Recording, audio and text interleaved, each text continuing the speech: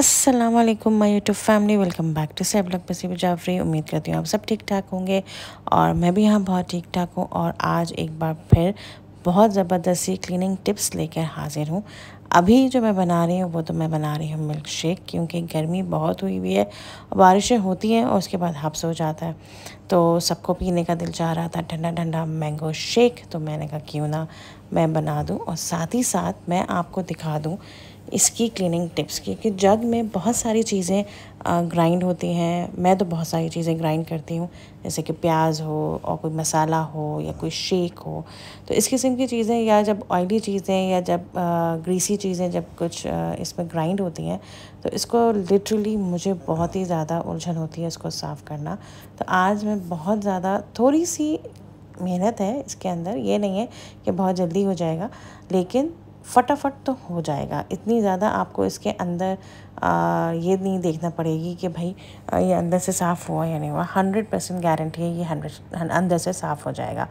अभी जैसे कि मैंने मिल्क शेक बनाया था, तो इसका जो दूध है इसको अच्छी तरह साफ़ करने के लिए मैंने सिंपल पानी डाला और पानी से मैंने इसको मशीन चला दी।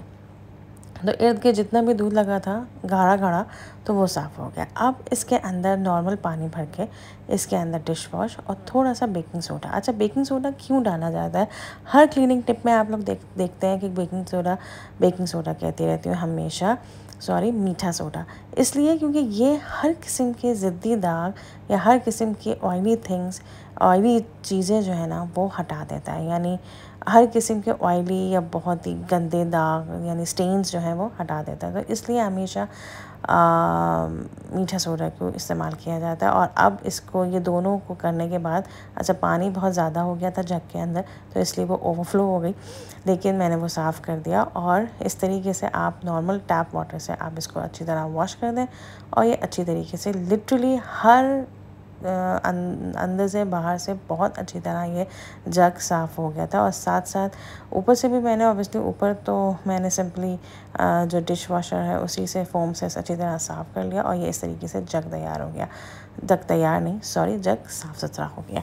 अच्छा जनाब, अब इसकी मशीन की आई थी बारी, क्योंकि मशीन को भी साफ़ करना ज़रूरी होता है। और ये आदी बना लें, अपनी एक हैबिट बना लें कि जब भी आप ग्राइंड करें या आप मिक्सी लें या चॉपर लें, उसको उसी वक्त काम करने के बाद फ़ौरन अच्छी तरह साफ़ सुथरा करके, ऊपर से नीचे से इवन मशीन्स को अच्छी तरह साफ़ करके, आप लोग उसकी जो जगह है, डेजिग्नेटेड जगह जो है, वहाँ पे आप उसको रख दें।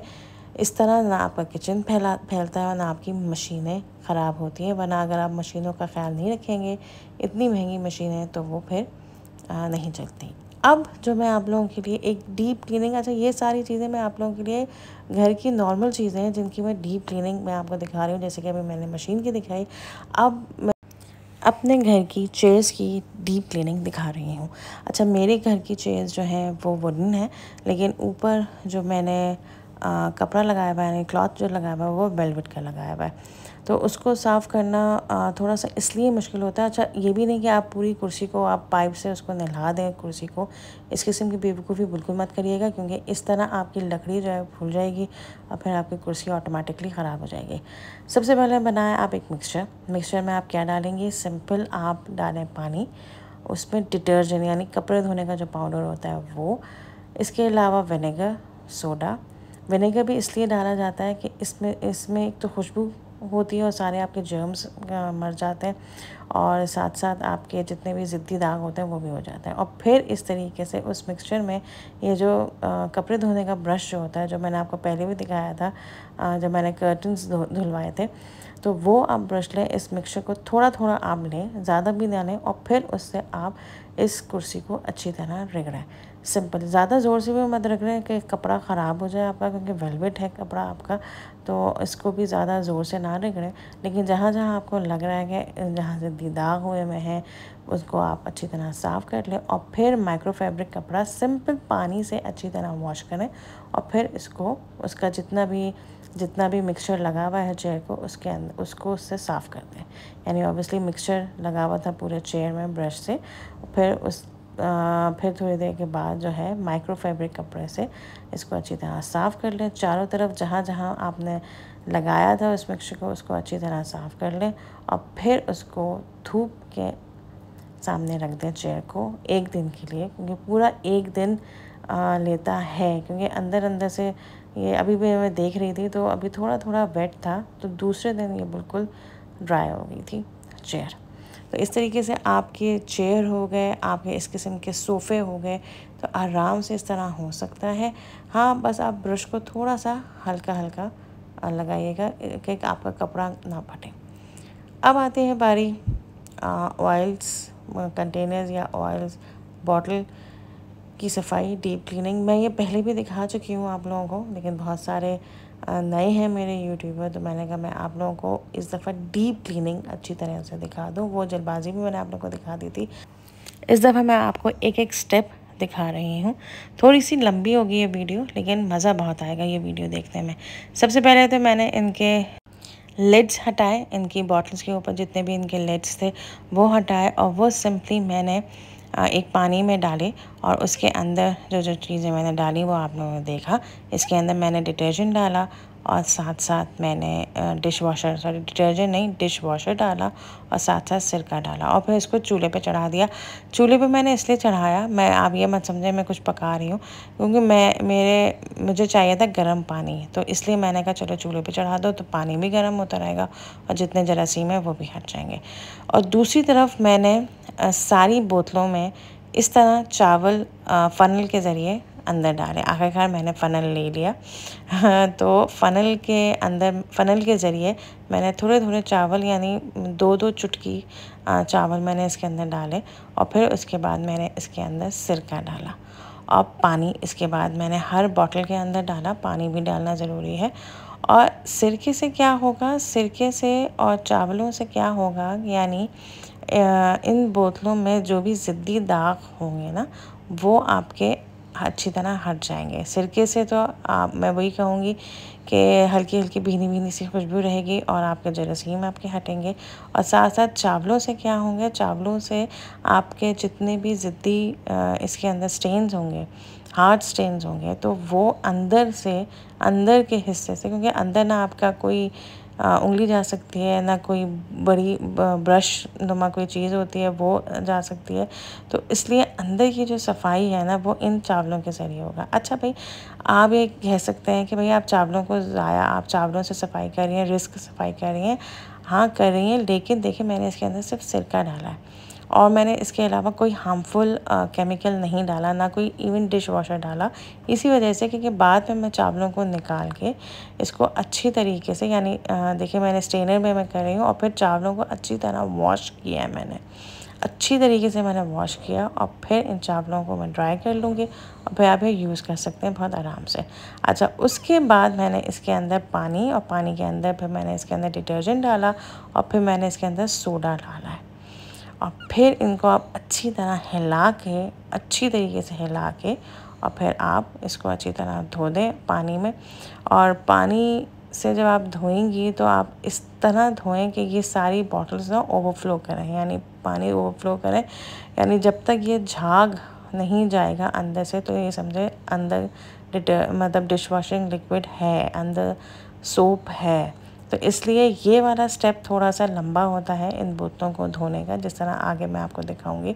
तो मुझे भी काफ़ी टाइम लगा था, अभी तो फास्ट फॉरवर्ड हो गई थी वीडियो। अच्छा, ये करने के बाद 5 मिनट बस आप रखिएगा, ताकि अंदर की अच्छी तरह और सफाई हो जाए। और ये देखें, जो मैं आपको कह रही थी कि बोतलों को थोड़ा सा ओवरफ्लो करिएगा, तो इस तरीके से आप ओवरफ्लो करिएगा। ये मुझे काफ़ी टाइम लगा था, ये फास्ट फॉरवर्ड में आपको लग रहा है कि ये फ़ौरन हो गया, लेकिन ये बहुत टाइम मुझे लगा था।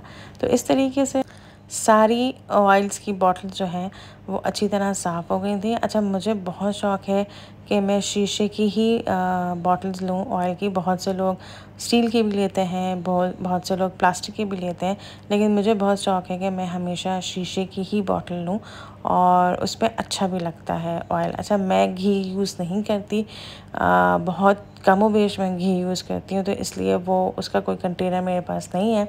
इसी वजह से मेरे पास जो है वो शीशे की ही कंटेनर्स हैं फॉर ऑयल। और फिर बाद में गर्म पानी वो हो गया था, आपने चूल्हा बंद कर दिया था, वो मैंने आपको दिखाया नहीं, लेकिन बाद में फिर आप अच्छी तरीके से अपने फ़ोम से आप इसको साफ़ कर सकती हैं। इनके जितने भी लिड्स हैं इनको अच्छी तरीके से साफ़ करके और फिर इनको ड्राई करिएगा। ये नहीं कि आप फ़ौरन इसको यूज़ कर लें या इसके अंदर आप तेल डाल दें, क्योंकि अंदर होगी बॉटल्स गीली। और जब ये अंदर से आपको कंफर्म हो जाए कि आप ये बॉटल्स जो है वो ड्राई हो गई हैं, इसके बाद आप अपना ऑयल डाल सकती हैं। और ये मैं यही चेक कर रही हूँ कि एक तो अंदर चिकनाई ना हो पुरानी, ऑब्वियसली अंदर तेल ही जाएगा, बॉटल्स चिकनी तो होंगी, लेकिन फिर भी नए तेल डालने से पहले मैं ये कंफर्म करना चाह रही थी कि अंदर कोई चिकनाई नहीं है। तो इस तरीके से मेरी सारी तेल की बॉटल्स साफ़ सुथरी हो गई। और ये आपको एटलीस्ट हफ्ते में एक दफ़ा तो करना ही चाहिए। ये जितनी भी मैं आपको टिप्स सिखा रही हूँ, चाहे वो सोफ़े चेयर के अलावा, चेयर जो है आप महीने में 2 दफ़ा आप कर सकती हैं, लेकिन अगर आपने ये देखा कि ऑयल कंटेनर्स और मशीन आपको हफ्ते में एक दफ़ा तो साफ़ इसी तरीके से करनी चाहिए।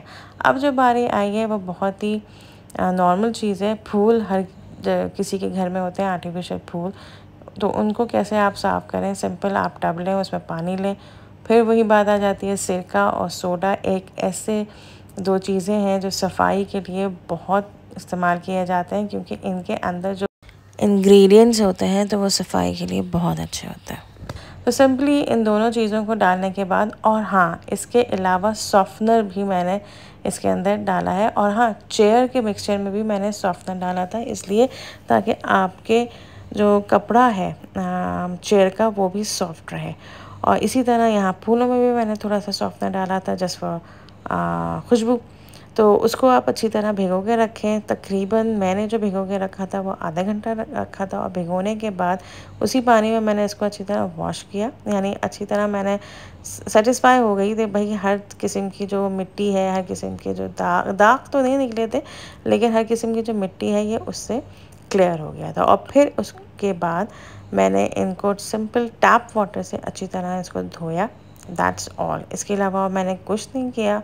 और टैप वाटर से धोया, ये देखें ये इतना ज़्यादा इसका मैल निकला था इन फूलों से। और ये भी मैं तकरीबन 1 महीने में 2 दफ़ा तो मैं इनको अच्छी तरह वॉश करती ही हूँ, ताकि ये सही भी रहते हैं। और अगर आप ना करें तो फिर ये मैले भी बहुत जल्दी हो जाते हैं। तो इसी वजह से एटलीस्ट महीने में 2 दफ़ा इनको इसी तरह वॉश किया करें, तो ये बहुत अच्छे फ्रेश हो जाते हैं। तो ये सारी टिप्स आप लोगों को अगर पसंद आई होंगी तो कमेंट बॉक्स में ज़रूर लिख के बताया करें कि आप लोगों को ये सारी टिप्स एंड ट्रिक्स कैसे लग रही हैं। इंशाल्लाह आगे और भी टिप्स एंड ट्रिक्स आएंगी, जब तक कि कोई ओकेजन या कोई ट्रैवलिंग नहीं आती है। तो मैंने आप लोगों को यही कहा था कि जब इंशाल्लाह कोई ट्रैवलिंग या कोई ओकेजन आएगा तो मैं इंशाल्लाह ब्लॉग दूंगी, वरना इसी किस्म की टिप्स एंड ट्रिक्स मैं आप लोगों को ढूंढ के दूंगी। तो आई होप कि आपको मेरा ये वाला tips and tricks, cleaning tips and tricks पसंद आया होगा। So please do subscribe my channel, hit the bell icon and like and share it. दुआ में याद रखिएगा। और इंशाल्लाह आगे बहुत अच्छे व्लॉग्स भी आएंगे और टिप्स एंड ट्रिक्स भी आएंगी। और मेहनत से बहुत बनते हैं, तो शेयर भी करिएगा। इंशाल्लाह नेक्स्ट व्लॉग में बहुत जल्द आपसे मुलाकात होती है। टिल देन अल्लाह हाफ़िज़।